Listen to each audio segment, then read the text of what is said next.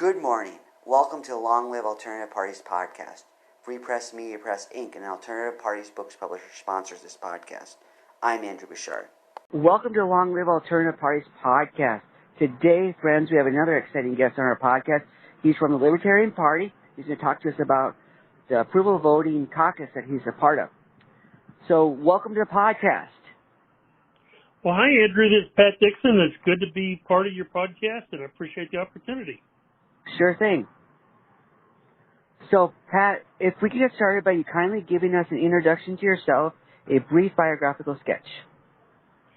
Well, I've been involved in the Libertarian Party for quite a while. I became a member first in 1984. I got into leadership. I was state chair in Texas from 2004 to 2014. Oh. I've for office a few times, got elected for a couple of terms to a city council in the town I live in, Lago Vista. So that's some of my background. Oh, you're in Lago Vista. I didn't realize that from our correspondence. Yeah. Yep. Wow, we're close. Yep. We could have done this interview in person. Yeah, well, we can do that sometime. Yeah, exciting. So kindly tell us about this caucus we're talking about today. What's it called and what's it about? Yeah, what it's really about is there are voting systems that are far superior to the ones we're used to. Typically, in elections, you go to vote for somebody and you can only choose one candidate. Well, that might be okay when there's only two candidates on the ballot, but what about when there's three or four or more than that? Especially at the local level, in a lot of cities, you have city council races where you may have 5, 8, 10 people running for a city council seat. And what almost always happens is nobody wins, right? Oh. Because people go to vote and they can only choose one of those candidates, even though there may be more than one that you support. Sure. So what happens is those votes kind of get split. Nobody wins, which means you have to go to a runoff election. And when you go to a runoff election, the number of people who vote in those elections is very small. And sometimes you can have multiple rounds of runoff elections until you get down to the person who has a majority.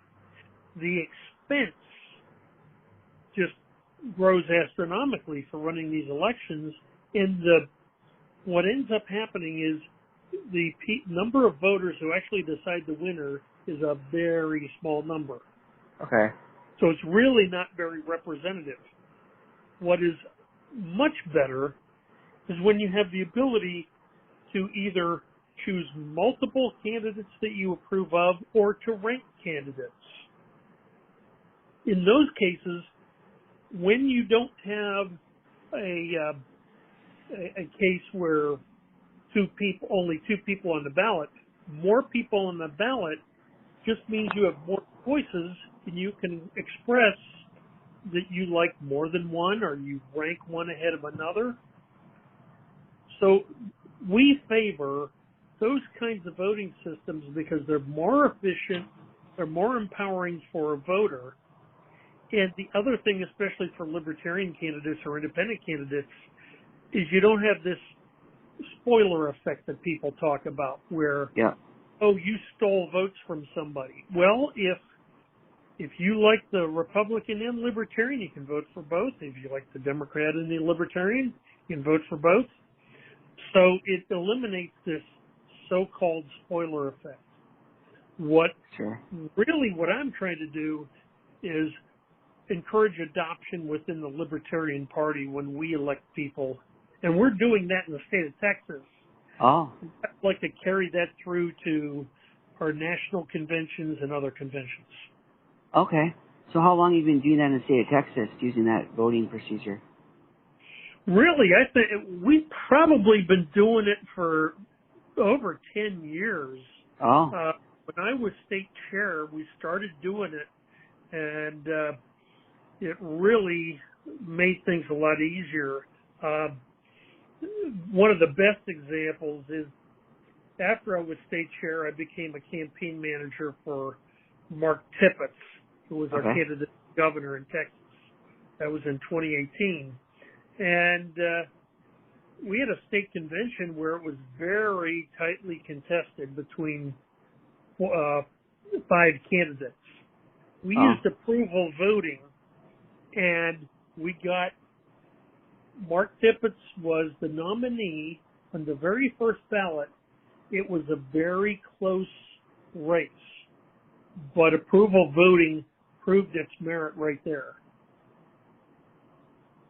So Okay. I think very clearly within the Libertarian Party in Texas, we very much are happy with approval voting. Good. So you practice what you preach. Absolutely, yes. Excellent. So when did this caucus start? You said you adopted the measure in the party 10 years ago. When did the caucus itself start? Was it right before it? Did you get favor for it right away? How did that work? No, I think I started it probably about 10 years ago. So we had been using it. Actually, I think we started using approval voting in the LP Texas more than 10 years ago, because when I was no longer state chair, I'm quite certain we had a number of elections where we used approval voting. And right about that time, I said, this has really worked well in Texas. At the national conventions, so many times we have these runoff elections, and you start losing quorum. The number of people who are left in the convention hall when the final vote is cast is a small number. Sometimes we get close to losing quorum, so we can't actually choose anybody. So that's when I started to think we need this at the national level, because some of these nominations, especially for a presidential nominee, can take a very long time. And if you're going through that runoff after runoff, it takes a very long time. Sure. So you mentioned both approval voting and ranked choice voting. Our audience tends to be people involved in this sphere of reform politics and alternative parties, so most of them are aware to some degree what they are. Can you distinguish between the two? Yeah. With a ranked choice voting, and there's more than one way of doing a ranked choice voting. Sure. Runoff is one of them, but there's different procedures for how you're going to transfer votes. But essentially what you're doing is ranking each candidate on the ballot. And you don't necessarily have to rank them all. Depends on the system. But if you have 5 candidates running, you can say, this is my first choice, here's my second choice, third, fourth, fifth. What ends up happening is when all the votes are cast, you first look at all the votes for first place. And if there's a clear winner, if there's one candidate who gets over 50% of the first place votes, they win. But if they don't, that's when it gets a little more complicated. Then you start to say, well, how do we treat the second place votes? Do we eliminate the last candidate, and transfer those second place votes to the rest of the candidates? Or do we just take all the second place votes and transfer them? So that's where it can differ. But essentially what you're doing is transferring second or third or fourth place votes until you have a winner. Okay. So those are the ranked approaches. Approval is much simpler. All you're doing is saying, do you approve of this candidate or not? So if you have 5 candidates, you approve this one, that one, and so forth. So when you're done, you have a number of candidates that are approved and a number who aren't. And you count up the number of votes for approval for each candidate. So it's much simpler. And certainly in a convention setting, it might be much more feasible because having a random approach can be somewhat cumbersome in a convention setting if you're not using electronic voting machines. Yeah. Right? If you're writing down on paper, it can be much simpler with an approval process. But frankly, I'm in favor of both approaches as long as there's a system to do it. All right. I favor approval, but anything's better than the way we're used to doing it, where you only have one choice. And I think that approach that we're used to is actually the worst approach. Sure. Yeah, a lot of people we talk to have issues with that. So for getting this type of voting for the rest of the Libertarian Party, do you see it as something that's going to go over really well, or do you see opposition to it? I do think it'll eventually be the way we do things. I think there are people who are in other states and don't have the experience we have in Texas and may not understand it. They may not be as comfortable with it. So with anything like this, there's an adoption process. You have to become familiar. You have to get some confidence. But I think eventually we will get to that point. Okay. So has there been anybody that objected to this point, and what arguments did they give, and how did you overcome those arguments? Well, the objections I've heard, some people get the wrong impression that you're allowing somebody to vote more than once.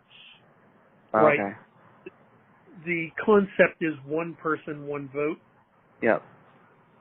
But what that actually means is you should have the same power as any other voter. You shouldn't have more voting power because you're wealthy or because you have more land or because you're a certain demographic. Yep. With approval voting, everybody has exactly the same power. So do you approve this candidate, yes or no? Everybody gets to make that same decision. So that's one concept that I think a lot of people have that they need to understand better when they consider the alternatives like this. Okay. That sounds good. So it sounds like something we had other guests on the podcast who talked about alternative voting systems such as approval voting and also ranked choice voting. And it sounds like in some municipalities they're using it, and they are. And did they not? They passed ranked choice voting in Austin, did they not? Yeah. So for approval voting in St. Louis, Missouri, they now use approval voting. Oh, good. There are some other cities that have. Unfortunately, in the state of Texas, we have a state election code that has some language in it that has been interpreted to say you cannot use anything that isn't the current voting system. The language actually says the winner has to have a majority of votes. Okay. So, if you apply that to ranked choice, then the question is, how does ranked choice result in a majority? And that's arguable. There have been opinions from state officers in the state government stating that the election code does not permit ranked choice. I don't think a similar question has been posed about approval. So even if the city of Austin passed a motion saying we want ranked choice, they can't do it. The state of Texas won't let them do it. The city of Austin won't actually implement that because they don't think it complies with the election code. Yuck.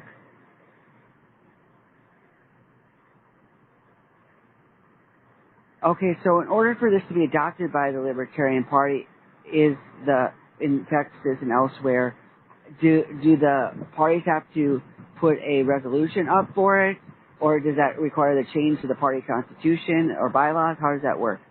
Yeah. Well, in Texas, we already did. So the Libertarian Party of Texas already adopted approval voting, and that's the way we do things. Sure. If it applies, when we're talking about national party or other state parties, typically it would be a bylaws type of change. All right. Or a convention rules type of change.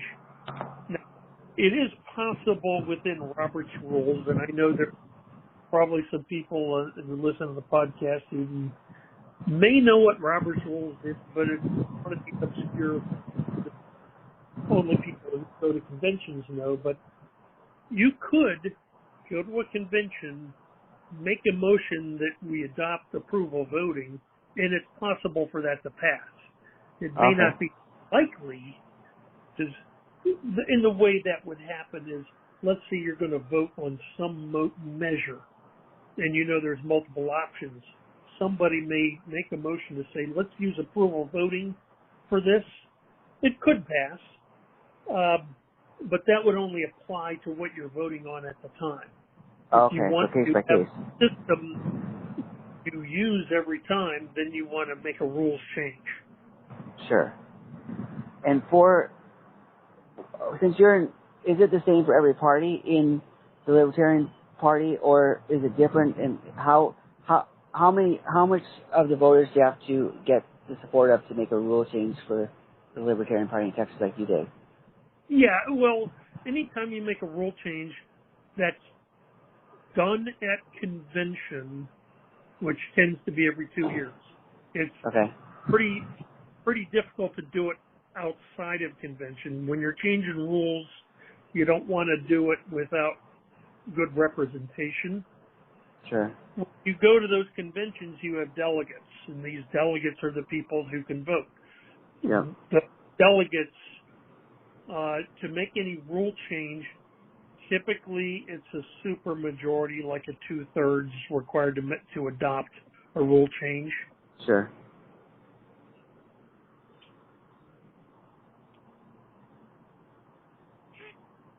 That makes sense. So 2/3, you said? Is that, yeah, I don't know if there's exceptions to that. Most of the cases I'm aware of, you need 2/3 to make any kind of rule change. Okay. That makes sense. That's often the way it is for changing. Well, if I remember, at a convention, so you might only need a majority. I'm trying to remember all the cases, because you have state party rules, you have national party rules, and then you have Robert's rules. So depending on which convention you're going to, you have to look at the applicable rules and find out what's required. Sure.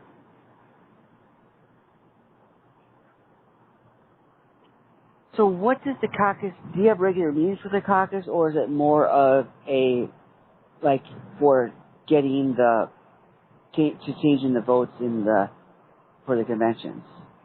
There aren't regular meetings. Really, so I put up a web page in I think a social media group, and there are people that I know that are aligned with me that also want to see these changes.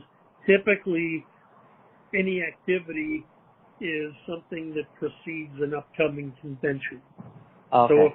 So if we're going to a national convention and there's a group of us who want to plan for that and how we're going to promote this, that's when the activity starts. Okay. Makes sense. So it's centered around the conventions. Yes. Okay. So we're talking about the rule changes, so that's why it'd be centered around the conventions. Yeah. Now, while I have you, I'll also let you know there is a organization called the Center for Election Science. Yep. And they are promoting approval voting around the United States. So they're the ones who got St. Louis to adopt approval voting, and they're working at that. We made a similar effort in Austin at the same time the ranked choice voting proposal was going on. So it was because we knew of the problems with the election code and that there was this effort for ranked choice, we discontinued that effort, but there is quite a bit of interest in trying to get a lot of cities around the United States to adopt approval voting. Sure, yeah, that would be nice when that comes to pass. And at the same time, ranked choice voting, there, last night at the Travis County Libertarian Party meeting, there was a speaker for ranked choice voting for Texas.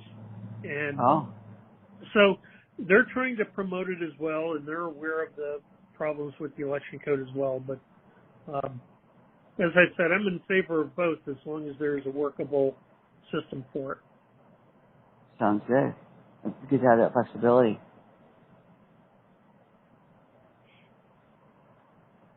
Pat, how can our audience support your efforts, your caucus, your party?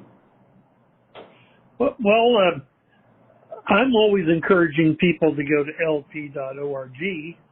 Okay. So, it's very easy to find, and you can go there, find information that will lead you down to the local affiliates. So if you start there, you can get all the way back down to people in Texas or people in Austin, and so that's one way. The website that you found, and I think you actually found the Facebook group, right? Yes. Yeah. So that Facebook group, which is called Approval Voting,